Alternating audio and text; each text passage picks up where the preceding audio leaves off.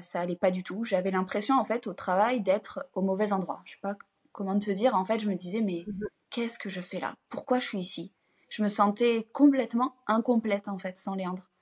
Je me disais: «Mais là, en fait, je suis là, je sais pas pourquoi, alors que c'est pas là que je devrais être. Je devrais être avec mon fils, il est tout bébé». Maman se réoriente. Le podcast pour celles dont la vie professionnelle a basculé ou est sur le point de basculer. J'ai créé ce podcast pour vous qui ne voulez pas retourner à votre ancien boulot après votre congé mat ou plus tard parce que vous avez envie d'un job complètement différent. Je sais que cette période est terrible entre culpabilité et excitation, entre peur de l'inconnu et désir d'ailleurs. Vous vous demandez si ce que vous vivez est normal ou si c'est juste une passade.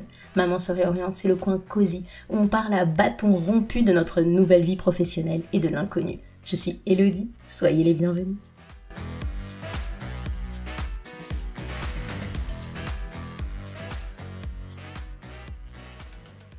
Aujourd'hui, pour cet épisode interview, j'ai l'honneur d'accueillir Lila, que vous connaissez peut-être sous le nom de Lila Signe.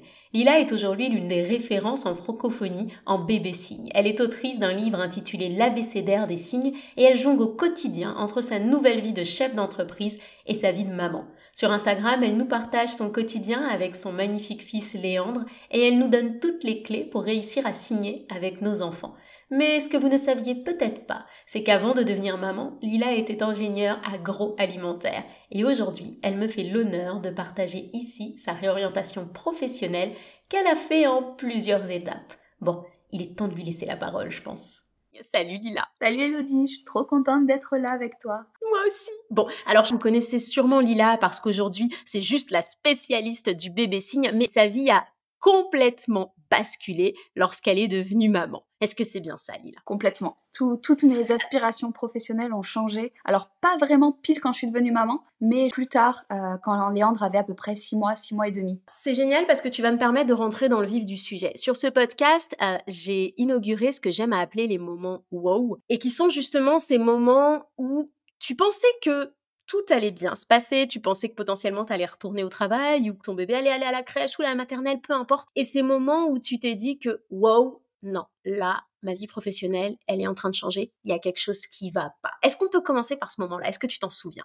Bah alors, au tout départ, quand j'ai eu Léandre, donc il est né en février, je me suis dit: «Je vais reprendre à plein temps, pas de souci». Enfin, au départ, vraiment, je voyais pas de changement. Après, quelques mois plus tard, en juin, je me suis dit: «Non, en fait, plein temps, c'est pas possible, je vais faire 3 jours par semaine». Donc OK, j'ai appelé ma responsable, elle a dit: «OK, de toute façon, en congé parental, on peut pas refuser». Donc 3 jours par semaine pour reprendre en septembre. J'avais quand même attendu, ces 6 mois. Au départ, j'avais pris congé parental total, j'avais besoin d'être avec lui au moins jusqu'à ces 6 mois. Et puis arrivé septembre, donc je reprends 3 jours par semaine, avec des horaires énormes parce que comme c'était sur 3 jours, c'était plus qu'un temps plein à la journée, en fait.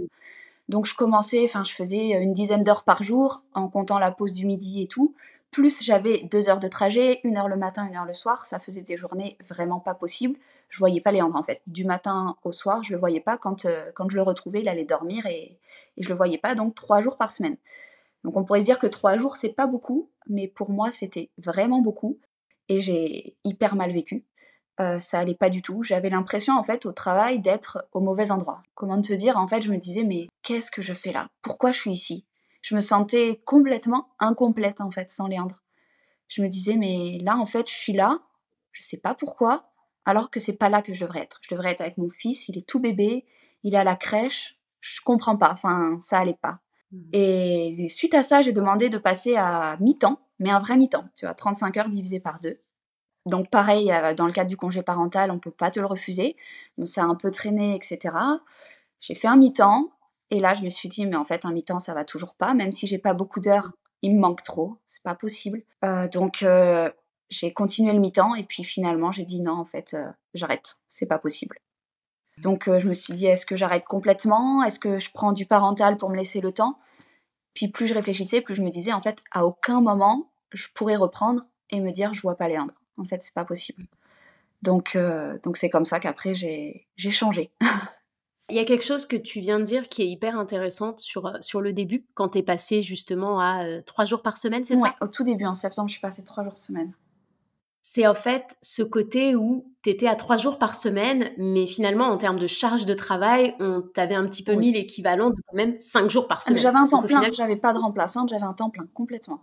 et tu vois, là tout de suite, la question que j'ai, c'est que c'est très marrant parce que pour toi, ça s'est un petit peu fait par étapes, c'est-à-dire t'es revenu, puis tu t'es dit, il faut que je passe à 3 jours par semaine, puis tu t'es dit, il faut que je passe par mi-temps. Pourquoi est-ce que tu penses que tu es passé par toutes ces étapes? Pourquoi est-ce qu'il n'y a pas eu ce stop? Et Qu'est-ce qui s'est passé en fait dans ta tête? mais je pense que en fait, le métier que je faisais, c'était vraiment le métier de mes rêves. Mmh. C'était le métier que j'ai voulu après mon stage de fin d'études, c'était l'entreprise que je voulais, c'était l'entreprise à laquelle alors je sais que dans notre génération, c'est rare, mais moi je m'étais dit: «Je vais jusqu'à la retraite dans cette entreprise, c'est sûr». J'adore, j'ai eu ce que je voulais, il y a rien de mieux. J'étais vraiment épanouie dans mon travail et donc j'avais toujours un peu ça en tête. Mais en fait, avec un enfant, beh, toutes les règles changent et j'étais plus du tout épanouie. Y rester jusqu'à la retraite, tout d'un coup, je me suis dit: «Beh, quelle lubie, c'est pas du tout possible en fait, c'est ça va pas du tout avec qui je suis aujourd'hui». En fait, j'ai l'impression que dans ma vie, il y a eu un avant d'être maman, où d'un point de vue professionnel, j'étais épanouie dans une entreprise, tout allait bien et puis il y a eu après être maman où en fait, tout ce que m'apportait l'entreprise, c'était tellement infime par rapport à ce que pouvait m'apporter ma vie de maman, que ça n'avait plus aucune importance en fait. Tu vois? Ouais, Et je pense que j'y étais complètement. progressivement parce que je voulais un petit peu me voiler la face quelque part en me disant: «Je peux pas quitter cette entreprise que j'ai tellement rêvé et que j'ai réussi à avoir». Parce que, avant le CDI, j'ai eu beaucoup d'intérim et cetera. Ça a été compliqué d'avoir le CDI, donc c'était un peu le graal et puis en fait, je me suis rendu compte que non, c'est plus du tout ce qui était important pour moi en étant maman Mmh. et qu'en fait, il fallait que je fasse ce que j'ai envie et pas ce que la société nous dit. Parce que tout le monde me disait: «Non mais ça va passer». La première semaine, on me disait: «Ça va passer, ça dure quelques jours».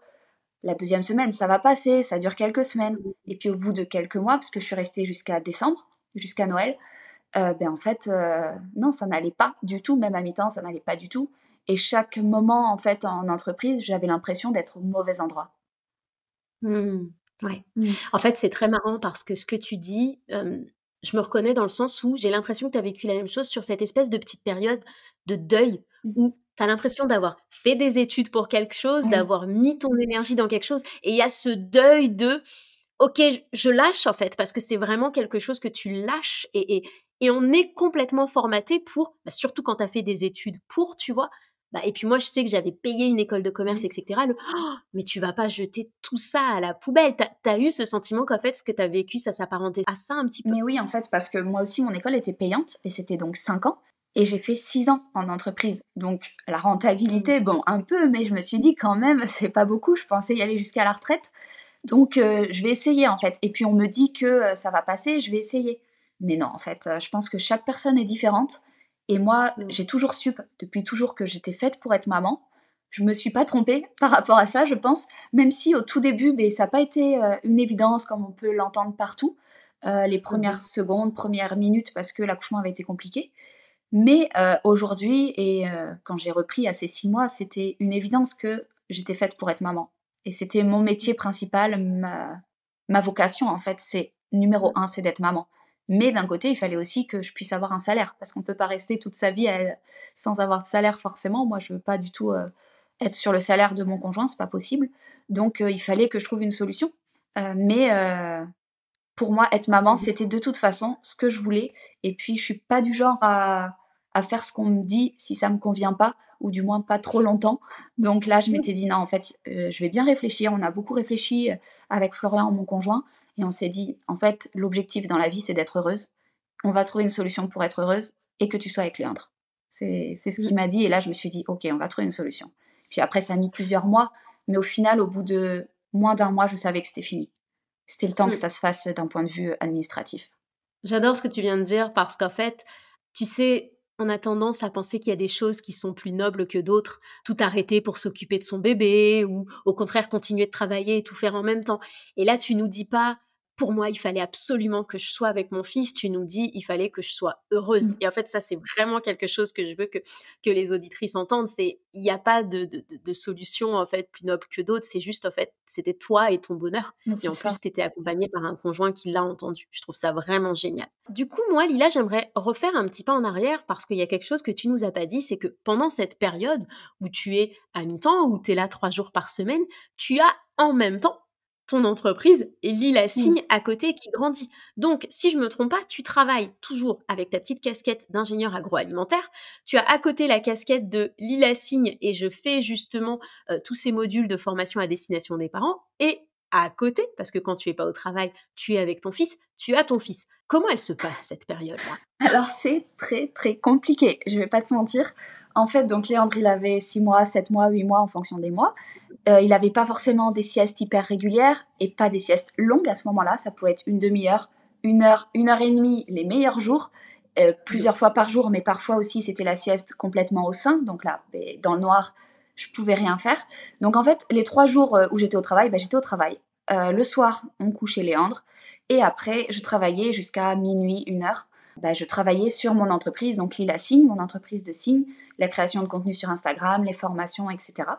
Les jours où j'avais Léandre, je travaillais le soir de la même manière jusqu'à minuit, 1 heure, mais aussi les siestes quand c'était possible, quand il n'était pas malade, quand il dormait, etc.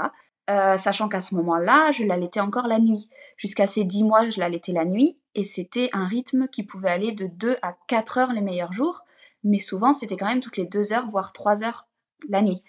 Donc en plus de ça, j'étais très fatiguée, et en fait, c'était pas vivable. Ça a duré de septembre à décembre, et c'était vraiment pas vivable parce que en entreprise, je devais répondre à l'entreprise avec une charge de travail qui était élevée. À la maison, quand Léandre dormait, je devais répondre à mon auto-entreprise parce que je voulais pas laisser tomber. Je voulais absolument continuer parce que c'est quelque chose qui me passionne. Et puis j'ai des messages tous les jours, je pouvais pas non plus laisser les gens comme ça sans leur répondre. Enfin voilà, ça ne me correspondait pas. Et en même temps que ça, moi j'étais fatiguée. Donc ça n'allait pas en fait, c'était pas possible. Du coup aussi j'étais pénible forcément avec mon conjoint puisque j'étais fatiguée. Donc je pense que on a tout un peu ce moment-là dans la parentalité à un moment donné quand on est très fatigué. Et donc voilà, c'était compliqué. En fait, j'étais pas heureuse. J'étais vraiment pas heureuse parce que j'avais trop, et en même temps, j'avais l'impression d'avoir rien parce que ce soit pour Léandre ou pour Lila Signe, j'avais l'impression de pas avoir de temps, et même pour mon entreprise en fait. J'avais trop de charges par rapport au temps qui m'était dédié. Donc dans toutes les situations, en fait, j'étais en gros manque de temps, et je me suis dit: «J'ai besoin de temps», et en numéro un, ce que j'aime, c'est mon fils, c'est ma vie de famille. Lila Singh, c'est quelque chose qui me passionne, que j'adore et qui avait pris plus d'ampleur que mon entreprise de départ. Je préférais travailler pour Lila Singh, on va dire émotionnellement, que pour mon entreprise à ce moment-là, parce que je commençais à m'en détacher de plus en plus. C'était pas viable, on va dire, d'un point de vue fatigue. Mais ce qui t'aide à tenir à ce moment-là, je te donne mon ressenti parce qu'au final, on a commencé à travailler ensemble alors que tu étais toujours dans ton entreprise. Oui, Et moi, j'avais l'impression que ce qui t'aidait à tenir, c'était vraiment la passion. ouais. Parce que pour vous dire, Lila, je l'appelle, elle est encore en train de bosser. Je lui dis, viens sur scène avec moi à la Cigale, ça va être génial. En fait, t'étais hyper excitée par tous ces projets et j'ai pas vu quelqu'un qui se disait non, attends, faut que je priorise. J'avais l'impression qu'en fait, cette passion, elle te drivait parce que honnêtement, moi, j'ai jamais senti que t'étais fatiguée ou quoi que ce soit. Moi, je me suis toujours dit, mais cette nana, c'est juste superwoman, en fait. À chaque fois que Non. je l'appelle, elle me dit, go, Elodie. Donc, je pense qu'il y a cet aspect passion où tu t'es peut-être aussi rendu compte que, tiens, c'est vraiment là que j'ai envie d'être. Donc, ok, je suis fatiguée. Mais peut-être que, est-ce qu'à ce moment-là, tu as déjà la vision que, de toute façon, il y a une solution qui va se dessiner, donc je priorise la passion. Oui, c'est ça. C'est ça, en fait, je commençais déjà à avoir un salaire dès septembre, en fait, quand je me suis dit, non, en fait, c'est pas possible cette situation dans mon entreprise. J'ai commencé aussi à essayer de voir ce que je pouvais faire financièrement avec mon entreprise Lilassi.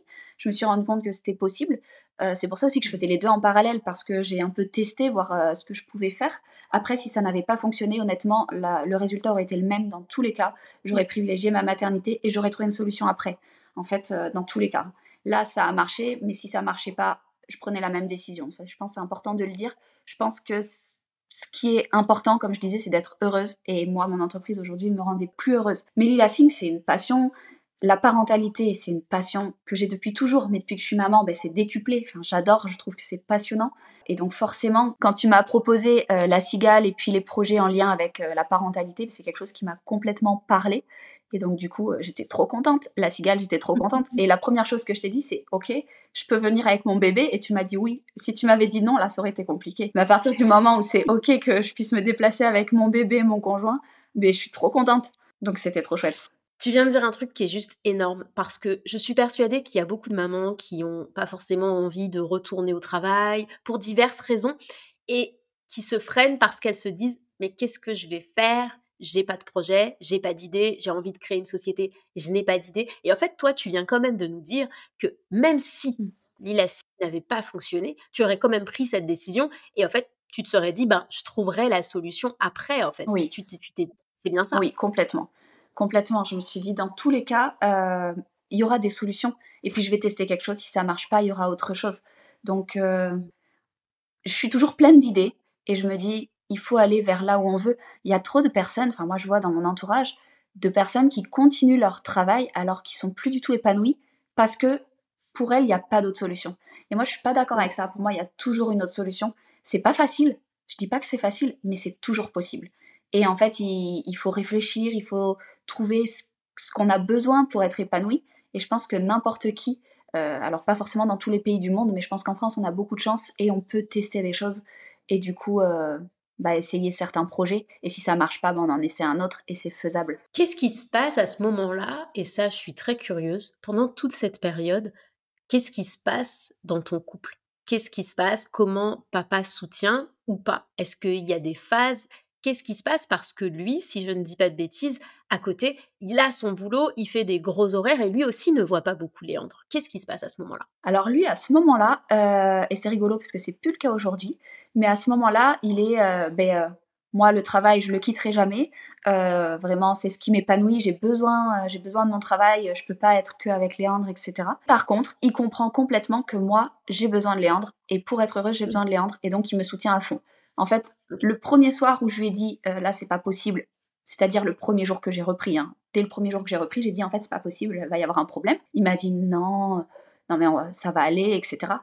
Et à partir du deuxième jour, il a dit: «OK, bon, j'ai compris. En fait, ça va vraiment pas, donc on va trouver une solution. On va faire en sorte que tu sois avec Léandre».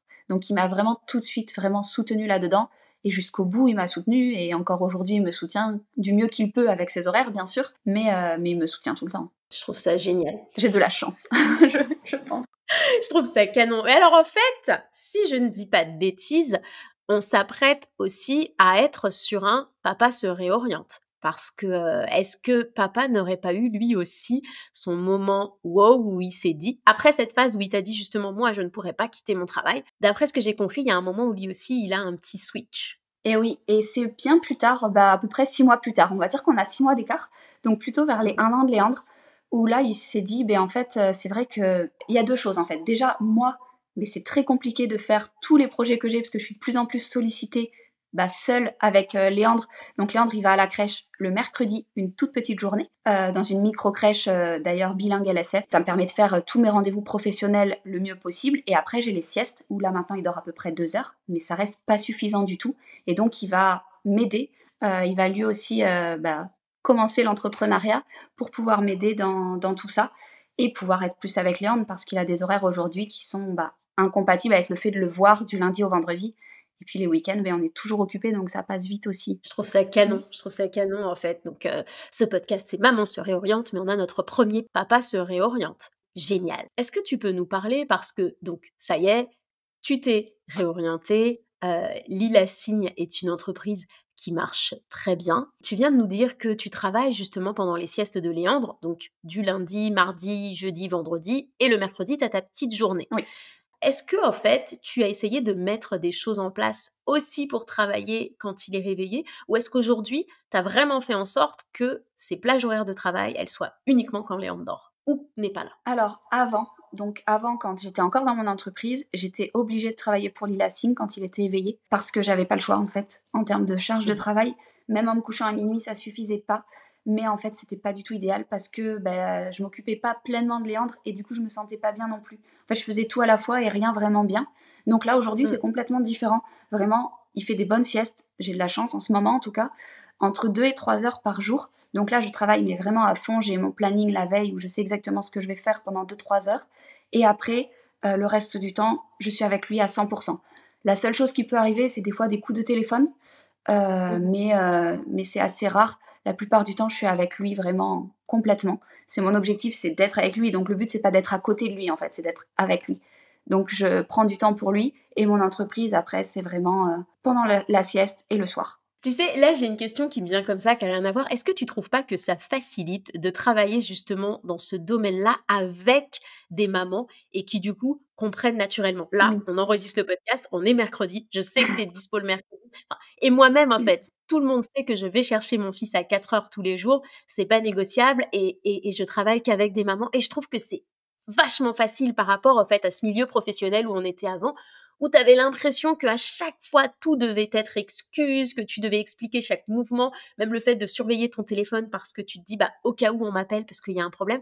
Est-ce que là, tu pas l'impression que ça aussi, ça te facilite, en fait? Si, non mais complètement, le milieu est complètement bienveillant et pour, les mamans et donc ça change tout et j'ai déjà fait plein de réunions avec Léandre au sein où je disais: «Bon bah là, j'enlève la caméra», là Léandre qui t'aide quand il était plus petit ou même ça peut encore arriver maintenant et en fait, j'ai jamais eu de remarques, de reproches. C'est c'est normal en fait pour une maman qu'on puisse avoir son bébé sur les genoux, que je puisse l'avoir dans les bras, que j'enlève la visio quelques secondes, pour une réunion. C'est m'est arrivé plein, plein de fois quand il était plus petit. Là, beaucoup moins, vu que je mets vraiment pendant les siestes et les mercredis. Mais avant, quand il allait pas du tout à la crèche, les jours où j'étais là, heu, c'était possible et jamais j'ai eu de reproche sur le fait qu'il pouvait à un moment donné pleurer ou être au sein, pas de souci. Comment est-ce que tu vis, Lila, la frustration, si tu en as, de pas pouvoir aller au rythme que tu aimerais avoir? Tu vois, je le sais au début quand on commence un business et qu'en plus on garde son enfant, moi je l'ai fait pendant des mois, on va pas forcément au rythme où on va et du coup notre business n'avance pas forcément de la manière dont on aimerait qu'il avance. Moi, je sais que c'est quelque chose qui a été difficile à gérer pour moi les premiers mois et c'est pour ça que j'adore quand tu dis: «Au début, j'essayais de tout faire en même temps, mais je faisais rien de bien», parce que je trouve que même des fois cette frustration, moi, je m'en prenais avec des grosses guillemets à Even, dans le sens où j'avais moins de patience, naturellement, parce qu'en fait, j'étais frustrée, je pouvais pas répondre aux emails, il avait besoin de moi. Comment est-ce que tu vis, en fait, ce côté: «Je sais que les choses vont devoir, du coup, aller plus lentement parce que j'ai décidé d'avoir ces 2 casquettes en même temps»? Bah, justement, au début, j'étais très frustrée effectivement, mais j'avais trop de choses à la fois et surtout, beh, quand il y a les périodes où il est malade, où du coup les siestes, c'est forcément, en ma présence ou du coup, les journées, j'ai zéro moment pour pouvoir, travailler et surtout je suis épuisée parce qu'un bébé malade, bah, ça demande encore plus d'attention et donc arrivé 22 heures le soir, on est épuisé donc pour commencer la journée de travail à 22 heures, c'est compliqué. Donc là, c'était un peu compliqué, mais aujourd'hui vraiment je me suis dit: «En fait, je sais que, bah, j'ai 1000 idées, je peux pas aller à la vitesse que je veux, c'est pas possible, mais c'est pas grave, c'est en attendant qu'il aille à l'école, en fait. Je me dis: «Les 3 premières années, j'ai peu de temps, mais en fait, je profite à fond parce que ça ne reviendra jamais» et heu et je l'ai accepté. Donc aujourd'hui, j'ai plus trop de frustration.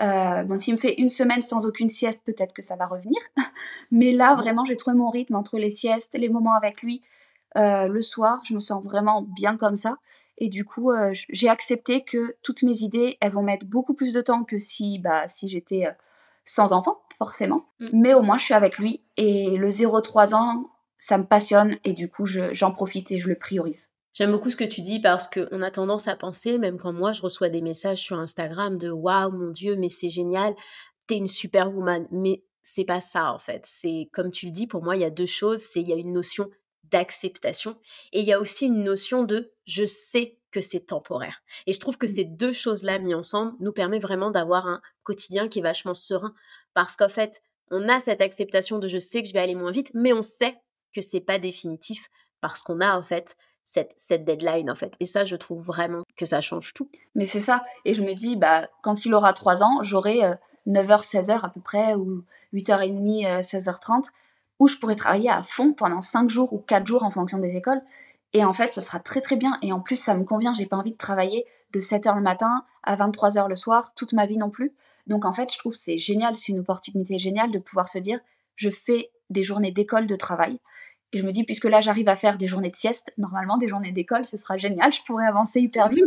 Donc voilà, c'est ce que j'ai envie. Après, je me dis dans 3 ans, enfin maintenant c'est plus 3 ans, dans 2 ans, potentiellement, tout aura changé encore dans ma tête parce que j'aurais jamais imaginé quitter mon entreprise. Donc tu vois, si ça se trouve, tout aura changé. Mais là, je me l'imagine dans 2 ans, pouvoir avancer bah, 5-10 fois plus vite pendant les journées d'école à fond. Il y a, je pense, beaucoup de mamans qui nous écoutent et qui se posent une question qui est très légitime sur l'aspect financier. Lorsqu'on décide de tout arrêter comme ça, du jour au lendemain et qu'on lance au business et qu'on ne sait pas trop si ça va fonctionner. Comment est-ce que toi, tu as géré ça? Est-ce que ça a été un moment, un stress? Parce qu'en plus, d'ailleurs, vous l'avez peut-être en double parce qu'on a aussi papa qui va se réorienter. Comment est-ce que vous avez géré cet aspect financier? Alors au tout départ, oui, c'est la première chose auquel on a pensé, je pense comme tout le monde. Et finalement, moi j'ai eu de la chance parce que je suis partie avec un plan de départ et donc du coup j'ai une rupture conventionnelle. Ça permet d'avoir quand même un minimum pour vivre et puis de développer des projets en parallèle. Donc du coup, je pense que tous ceux qui peuvent avoir cette chance d'avoir une entreprise qui accepte une rupture conventionnelle, c'est une grande chance qui permet d'être plus serein d'un point de vue financier. Ça, c'est ce qui vous a permis, en fait, de pas avoir ce stress financier, de se dire: «Est-ce que ça va marcher? Est-ce que ça va pas marcher?» Oui, après on l'a quand même eu parce que moi j'avais quand même un très bon poste, donc forcément je me suis dit ça va sûrement Mmh. diminuer, mais en fait c'est pas grave. Et puis finalement, Lila Singh ça fonctionne bien, donc c'est plutôt chouette et aujourd'hui, j'arrive à retrouver ce que j'avais dans mon entreprise. Et en plus en étant beaucoup plus passionnée et en travaillant beaucoup moins d'heures. Donc là, j'avoue que c'est plutôt tout bénef. Après on a toujours quand même, la crainte de se dire: «Beh là, c'est pas stable chaque mois». Tu vois? À la fin du mois, il y a des mois où j'ai 3 fois plus, des mois où j'ai 3 fois moins, des mois où j'ai quasi rien.